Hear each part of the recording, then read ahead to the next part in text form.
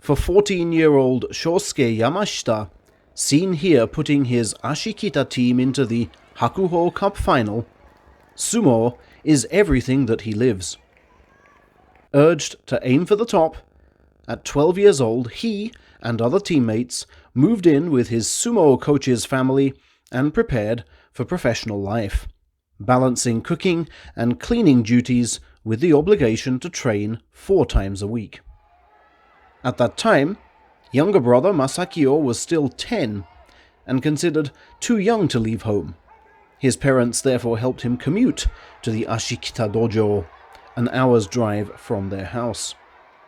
"I see my older brother 4 times a week, so I never feel lonely," he told NHK back then. Now 12 and about to graduate elementary school, Masakio will presumably be moving to Ashikita too. These arrangements are far from unique. Several junior sumo coaches advocate a holistic approach to sumo training, offering students lodgings, supervising their studies, offering them nutritional advice, and life counseling. Such determination to help their charges succeed must in part stem from their own failures on the dohyo, the galling memories of losing that key championship match or failing to make it as a pro themselves. How those frustrations still boil, turning training advice into roaring tirades. As I said, it's preparation for turning pro, and on balance, the boys you are about to see fight are lucky to have such coaches behind them. Only one obstacle for the Yamashita brothers to navigate, then? Terada Dojo from Iwate. Founded in 1976, this sumo club is based among the expansive greenery of Hachimantai, a city of 26,000 living in the shadow of an eponymous mountain and boasting a glorious national park. Come here for a hot spring break if you have the time. For now, though, let's focus on Terada's quest to boost Iwate's sumo fortunes. The prefecture only has 7 active rikishi, the best of which is Nishikigi. Terada are also in this for the whole northeastern region, so devastated by the 2011 earthquake and tsunami, they will surely have gained inspiration from watching the retirement ceremony of fellow northeasterner Takekaze the day before. Here it is then, Ashikita versus Terada for the 2020 Hakuho Cup.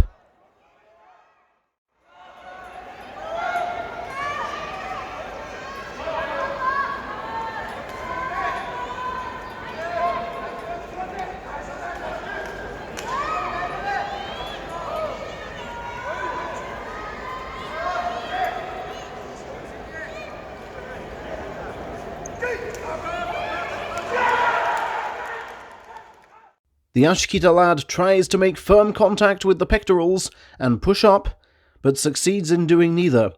His neck is caught, his opposite shoulder flipped. 1-0 Terada. Now for some Ashikita bulk versus Terada muscle. I'm sorry, even the official Hakuho Cup feed doesn't provide the names. I shall search.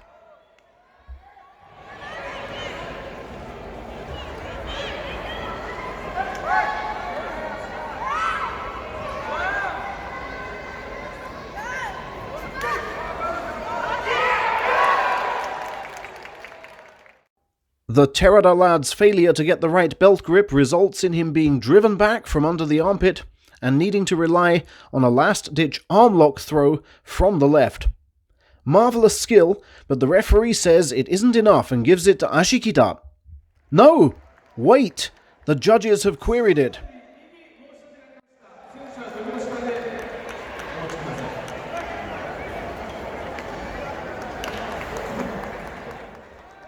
And it's a rematch! This time the Ashikita lad has to cut off the angles to stay safe at the rope. Expect him to go in straighter.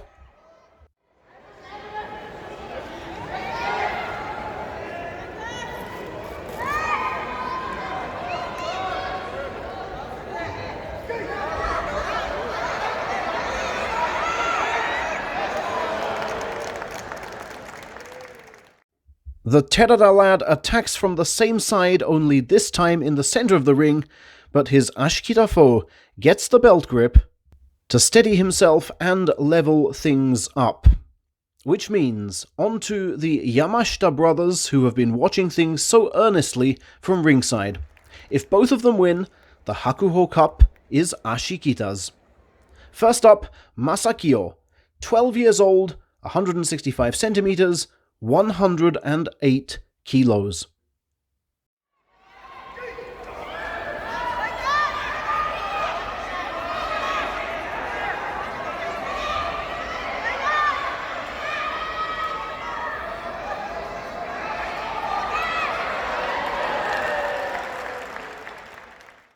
And it's textbook use of the outside right and left arm block with a swivel of the hips to keep his own belt at distance. Masterful from Masakio, 2-1 to Ashikita, and now older brother Shosuke, all 135 kilos of him, to win the Hakuho Cup.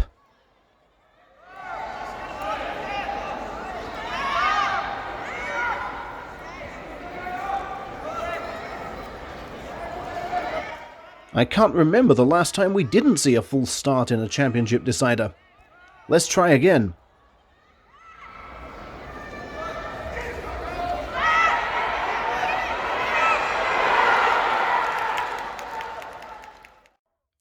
What's this?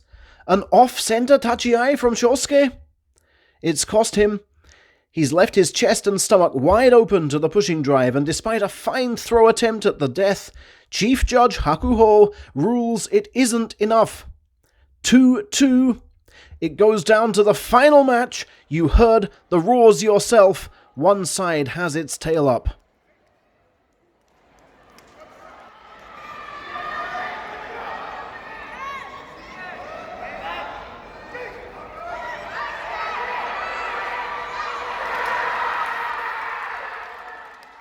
Three, 2, Terada.